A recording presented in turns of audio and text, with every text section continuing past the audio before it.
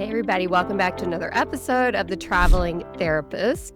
Really excited today. We have our guest with us, Fightress. I love her name. Fightress Aaron is here with us. She's got so many cool things to talk about. I don't even know how we're going to get through it all.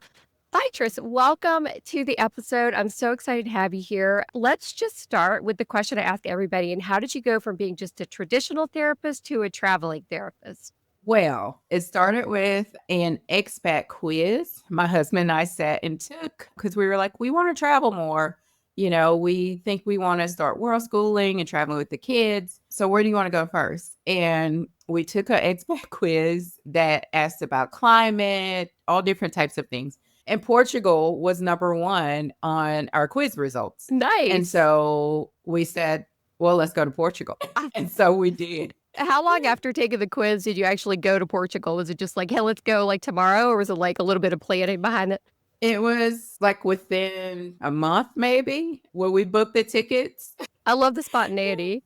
So you've got the coolest story though. So originally you had planned to go for what, 9 days to Portugal? Yes, we booked our trip for 9 days, our Airbnb and everything. And once we got there, we fell in love with the country, with the culture, with the people, because we were trying to see so much. Like we flew into Porto, and then we ended up in Lisbon. And so from north all the way south, we fell in love and we called Delta. I told my husband, I said, see how far you can push the return flight out. Whoa. And oh my God, I just he extended it. That's like the coolest thing. Yeah, he extended it as far as he could, which was the first week of April. And we got there in February. And so he extended it out as far as we could while still keeping our tickets. And our daughter turned 2 in Portugal. And so we actually had to pay for her flight because she had turned 2 while we were there. We weren't planning on being there in March and her birthday.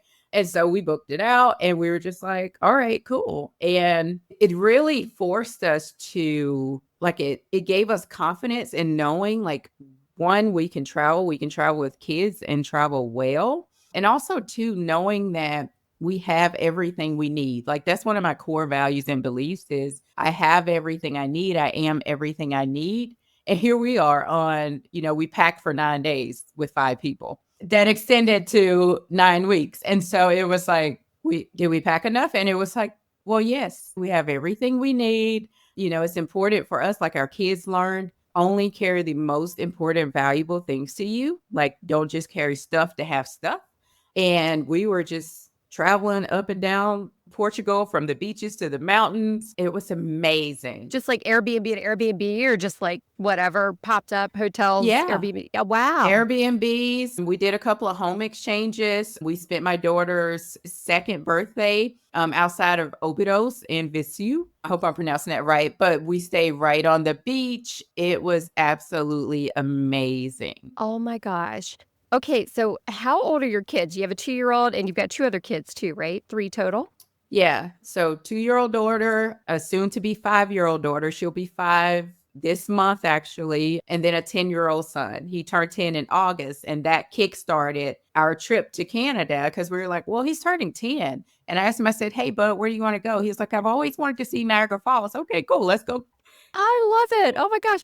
So you're over there for 9 days, which I'm guessing you planned it like a vacation, right? So were the kids in school or were you already homeschooling? Like, how did that work logistically? Because I'm sure people are listening. They're like, how do you do that with kids?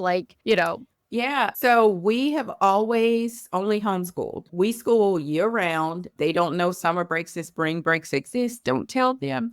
And so we're able to school on the go and we integrate into communities and cultures and learn. Wherever we are, there's always an opportunity to learn and take it outside of just traditional textbook stuff, like learning the conversion rates of the euros and now here the Canadian dollars, like just practical things for our kids to learn how to navigate. And so wherever we are, we plug in, we connect and they continue to learn. Wow. Oh my gosh. Now, when you went to Portugal, you took the 9 days and turned into 9 weeks. Do y'all have a home base? So you just kind of like left and then it was like you could just like kind of button down the hatches. You didn't have to worry about it too much and travel. And then did you come back and then go to Canada? Or have you just kind of been going? Our home base is in Alabama, and that's where our co-working office is, my practice is. And so we came back from Portugal, went back to Alabama, reset, recharged, checked in, checked on things there. And then in June of this year, we took off because we came back from Portugal in April, the end of April, and then reset in May.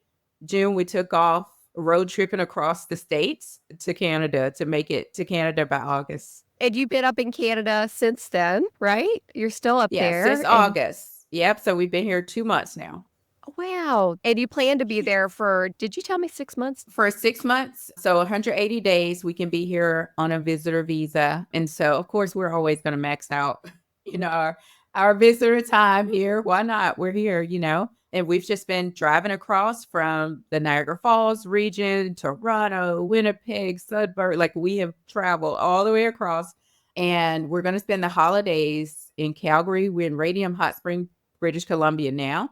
And we'll go back to Calgary, spend the holidays there, and then we'll go off to Vancouver in January. Wow. Oh my gosh. How cool. I have so many questions. Like, I want to know about Worldschooling, but I also want to know about your practice and your co working space and all of that. Let's talk about your practice and then maybe we can come back and do the Worldschooling a little bit more because I think people don't always know like the difference in homeschooling and Worldschooling and all of that stuff, the nuances. So, can we talk about your practice and how you could just like kind of dip away from it and then come back and, all of that? Let's just talk about how you've managed to make that work.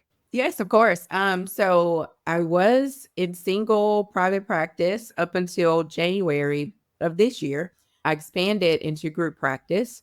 And so that's what I do. And I'm fully remote. When I'm in Alabama, I have clients that come in and we do EMDR work. We do EMDR intensives when I am in town. But everybody else, they're all okay with being completely online. And those that want in person, my practice office is inside the co-working office. And so the clinicians that work with the group practice are in the office in Alabama and they offer services online and in person there. But I am, I've seen clients the entire time as I've traveled from the mountains of Portugal during a hailstorm. And we've had some crazy times. But as long as I have Wi-Fi and my headphones, I can make anything work. And, just the confidence in being able to do that. And like, I'm not sure how this is going to look because I question myself, like, how are you going to do this? How are you going to make this work? Like you may not have a home office everywhere you go. And I go back to, I have everything I need. As long as I got, somewhere to sit my laptop, I bought a couple of travel lights and my headphones. I'm fine. I have everything. That's all I need. Do you have a system for making sure the Wi-Fi is going to be good before you settle on an Airbnb or? Yes, I always ask, what the speeds are. And then if they don't know, I send them a quick link like, hey, run this test and send me a screenshot. And then with my phone, if it came down to it, I can always connect using my mobile hotspot, which I have had to do sometimes, but 95% of the time, I haven't had any problems. That's amazing. What cell carrier do you have? This is pure research for me because we have AT&T and it's terrible. Oh, goodness. We have Spectrum Mobile. Oh, okay. I know they're across the states. I'm pretty sure they're across all the states. We used to have T-Mobile, but once we started traveling, like we will have all these dead spots and we can't have dead spots trying to homeschool. We need Wi-Fi. It needs to be consistent. And so we have Spectrum Mobile. And then also when traveling, we use Airlo. Oh, what's that? Tell us. It's an eSIM. You just download the app, you buy your data package, and then you can use your phone as a hotspot, or you can get a local number if you need a local telephone number. But it just gives you that added data and it connects to the local towers. So our service is based from the States, but when we were in Portugal, we found Airlo, and that way we were able to make our phone a hotspot. We didn't have to worry about overages or data caps, anything like that. And we're doing the same thing here in Canada as a backup because in Canada, our carrier has a data limit. And of course, we don't have time for that. So we added Airlo again, and that way we're able to still stay connected and just have some consistency there. That is awesome. So it's like literally an app you download and then you just like flip it on and it flips over to that service and finds the towers and you're good to go. That's it. And it's affordable. It's not really expensive. It takes 3 minutes, to download the app, purchase the eSIM, and then you just go to your phone settings, flip it, and done. That's awesome. Does it work Yeah. in the United States? It does. It does. Okay. I've seen it, but I never actually knew how it works. So that's cool to hear that it's helpful. Oh, Amazing. yes, it is. And we have, for the practice side of things, I use Spruce for our phone system. And so that way, I'm still able to stay connected with the team, with clients, and it's HIPAA compliant. And as long as I have internet and data on my phone, and I can access it from my computer as well, then it works. Oh my gosh. These are great tips. Now, the co-working space, is that like a side hustle, like another business you guys run, like a building or something that you own? Like, I'd love to just hear about those logistics too, because traveling therapists, right? We're very entrepreneurial. We're always looking for other income streams. So I'd love to hear a little bit about that for people that are listening might want to do something like that. Oh, yes, of course. So I started the process of working on the co-working space in 2019. It was before the pandemic. Wow. I just found out I was pregnant with my second daughter, and then the pandemic hit. So there were so many delays on getting it built and everything. And finally, in January of 2024, Whoa. from 2019, seriously, I work with a builder. Like, we had the Oh. plans, like I was able to, design the office spaces. He's like, well, how many offices do you want? How big should the rooms be? And just looking over the plans and everything. And I would go out there, like, once he told me, okay, look, we got the land, the dirt is correct, because apparently that's the thing, trying to figure out dirt you can build on. It was very interesting. And so I would go out there, like, when it was a hard hat construction, walking around with the baby on my back, and, kids right along with me. Like, that was a whole homeschool lesson in itself. And with the builder, and, he laid the foundation January 2024. We did the grand opening in May of 2024. And then we left and went to a Disney cruise because Mama was tired. Mama needs a cruise. Oh, yeah. Oh my gosh. Yeah, but so my husband manages the co-working space. We designed it in true, traveling therapist form. Like, we designed it so we can control everything remotely. The doors, cameras, organized contractors to come out for cleanings. Everything is digital, how you book the spaces. Everything is on an app, code and app access based. So we don't have to be there. We do not have staff on site because it's just not needed. If you have a code, you get in, you use the app to open the office. There's 5 offices, and everyone just books the office that they need for the time they need it. You can rent it for an hour, a day. You can become a member, and you're there all the time. And that's been really helpful for us. Smart. And yeah. Wow. Yeah. And is it just for your clinicians, or is it just for anybody that just needs a co-working space and people just like randomly just kind of find it and rent it kind of thing? Yeah, it's not just for our clinicians, it's for anybody. We have other entrepreneurs in there that use the space. We have an attorney in there. We have life coaches, marketing professionals. And then we also have people that are just in town, for the day, and they need somewhere to go that's quiet for their meetings or whatever. And they'll just pop in and buy a day pass and just spend the day working in the office. And it's also a good networking opportunity for local professionals, for our clinicians, and just that community aspect and collaborating. Nice. And it sounds like you designed it so it's like HIPAA compliant, so you can have the door closed. Because I've heard about like some co-working spaces, it's just like open and it's hard to like have privacy, but it sounds like this is perfect for like clinicians to be able to just be private. Oh, yes. I was very intentional, even down to the type of materials in the walls. I had to pay an extra $15,000 to get like soundproof. I don't know what it's called. The builder told me, he was like, well, here, I was like, I need people when they're in the office and their clients, I don't want the person next door in the office next door to hear their entire conversation. And so he was like, well, here's what we can do. It's going to cost a little more. And I was like, that's fine. It's worth the investment. And just being intentional to that level of privacy and compliance. Because as clinicians, like, that's so important. I don't want to sit in the office, because I've rented office spaces before where I'm like, if I can hear the person, and so I didn't Totally. want that. I love that. So Yeah. we set it up, and then we have a members lounge. We have a comfort closet, because sometimes you forget your laptop charger. Sometimes you forget your headphones. Sometimes you need a blanket. Sometimes you need a space heater. Sometimes you need lights for your session or something. As a neurodivergent person, like sometimes you need a fidget. Sometimes you need sensory headphones so you can drown out noise, white noise machines. Like I was very intentional with just every aspect. And we have desks that are, the standing desk, the sitting desk. And when I was there this summer, I upgraded one of the office chairs to like one of the 3-tier ones. So you can sit crisscross.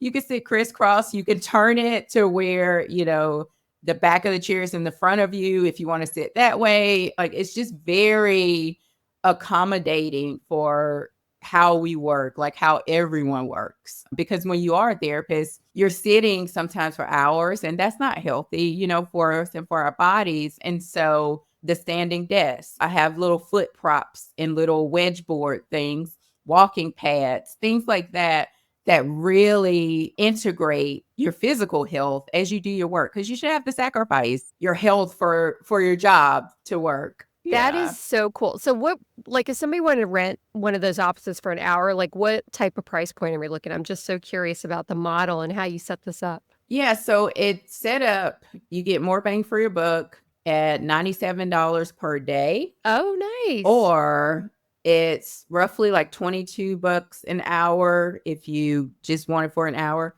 Usually people are in there. We do have some that come for an hour if they just have one meeting, but usually they come back for the day or either join because they're like, oh, wait, I didn't realize this was so nice. There's coffee, there's pastries, there's coconut water, there's kombucha, like there's energy drinks, there's all the things, right? I modeled this after my own home office and comforts. Like even this time of year, it's starting to get cool.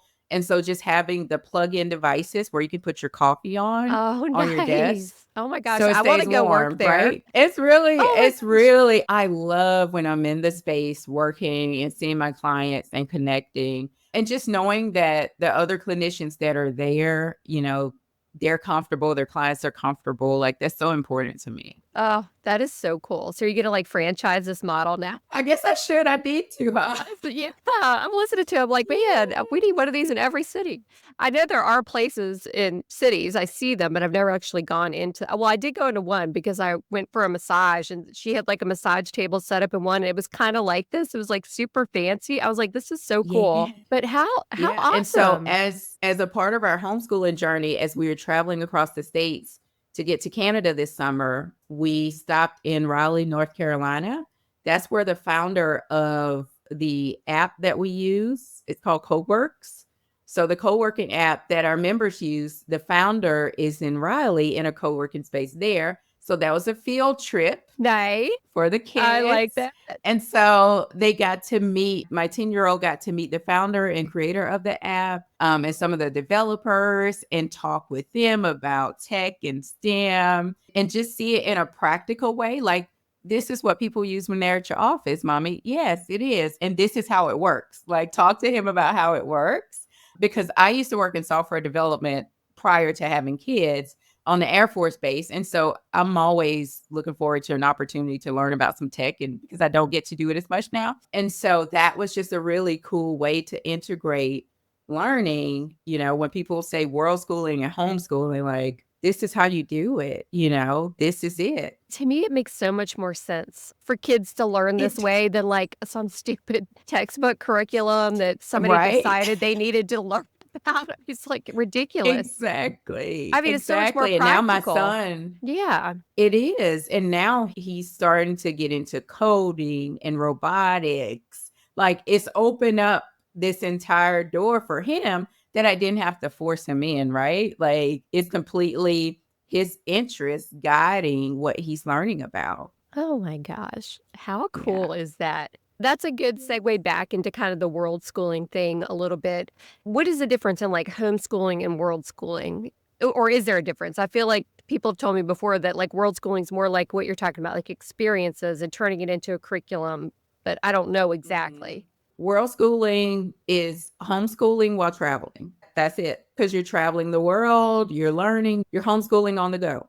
And they have something called road schooling for those that are on the road, like in RVs and things. But it's just traveling and homeschooling. So is Yeah. there like a curriculum, like they have to pass a certain amount to get to a different grade, or is that are grades like not even a thing with world schooling? I just always wondered about that. Yeah. So each family and their needs are unique. And it also depends on where your home base is, what the laws are there. We follow the homeschooling laws in Alabama because that's where our home base is. And so I am more of an unschooler.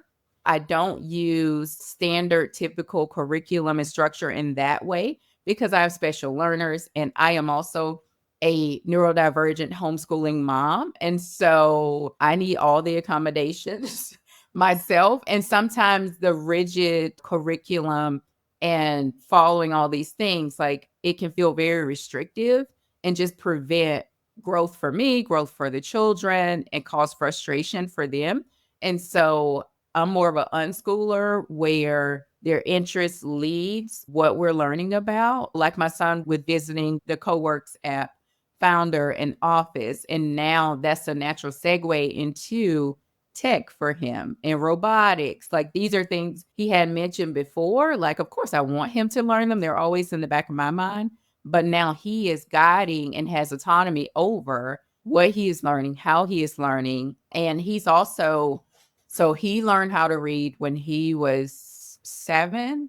And I was so concerned. I'm like, oh my gosh, he'll never learn how to read. So he learned how to read, right? And then my daughter, she turns 5 soon. He's teaching her how to read using the same book that I taught him. It's like 100 lessons to teach your kid to read. And I was like, I can't mess this up, right? So now he has the exact same book and he's teaching his younger sister how to read. How cool is Yeah. that? Oh my gosh. Yeah. So, like, what does your typical day look like? Like, is it like hubby's managing the co-working space, the kids are maybe doing a lesson or something, and then you've got a couple clients? Like, I just wonder, like, what's a typical day, or is there even a typical day?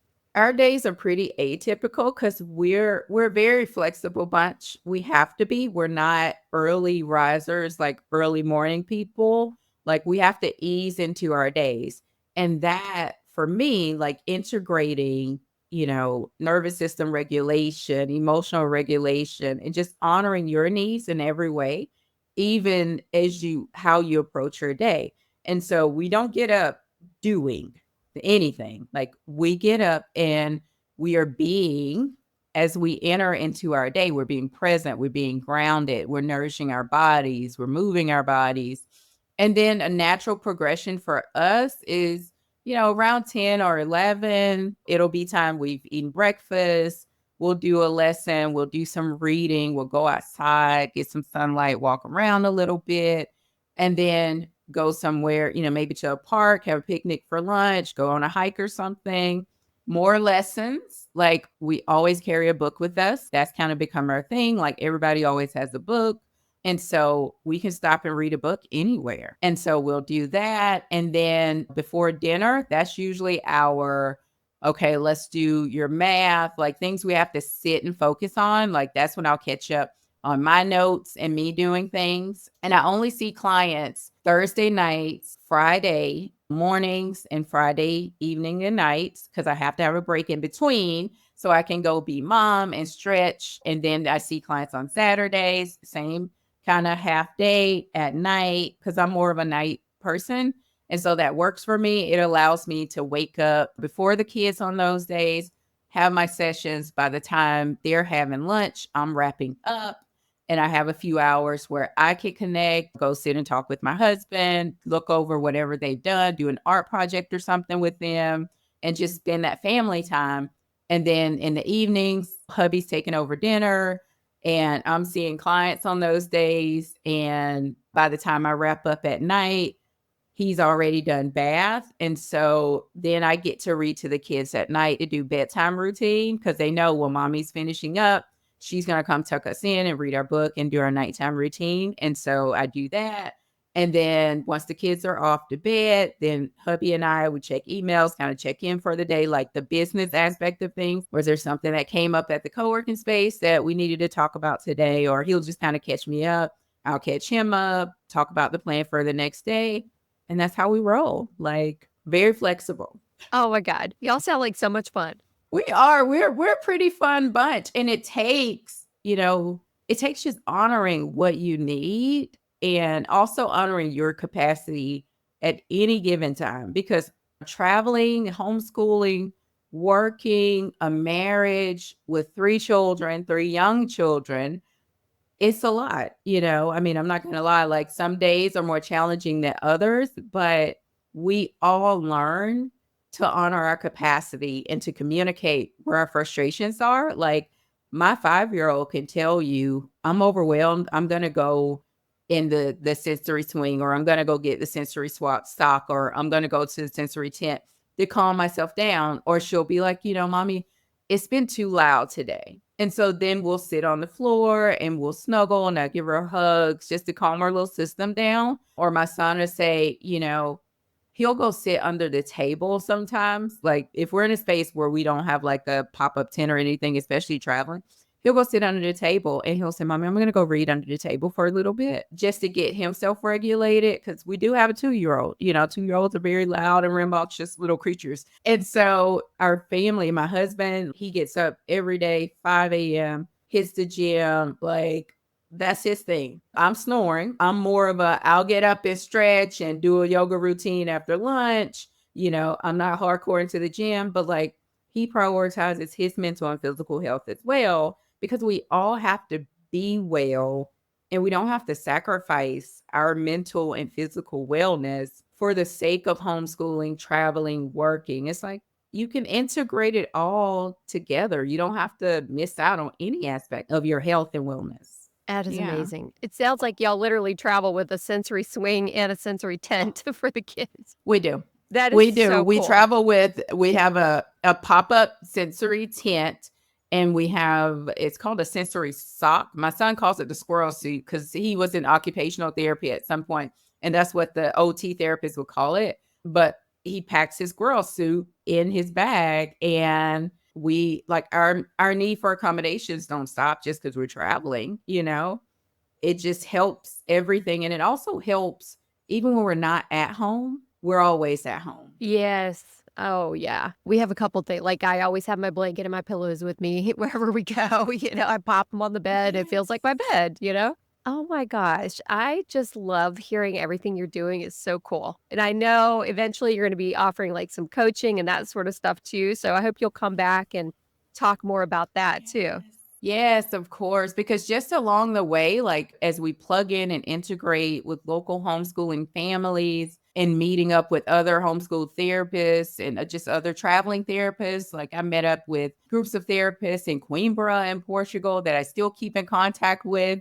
There's a whole community growing therapists in that area and in Lisbon. And so I keep in touch with everyone on WhatsApp, but also in meeting other moms, other homeschoolers, other traveling therapists. Like, I noticed, I'm like, just telling them about how we set up wherever we are to accommodate our needs, like, that not even being something they've considered. And I'm like, you can't fully, well, you can't homeschool well, in my opinion, if you're not okay. You have to be okay. And even as a traveling therapist, like you said, you have to have your pillows and your blankets. It's okay to need your things and to accommodate yourself and support yourself wherever you are. Like, it's okay to prioritize you in that way. And I've found myself just over the years having this same conversation with moms, professionals, and I'm like, okay, so what are you going to do with all this knowledge? Here you are, like, you're traveling, you've learned all these things, you've experienced all these things, you've created all these systems, all these processes, and you've integrated the somatic work, the EMDR work into how you live your life and function and how you support your special needs children and your own special needs. Like, okay, girl, it's time to share that. Absolutely. Oh my gosh. I can't wait. Yeah. It's so amazing. Yes.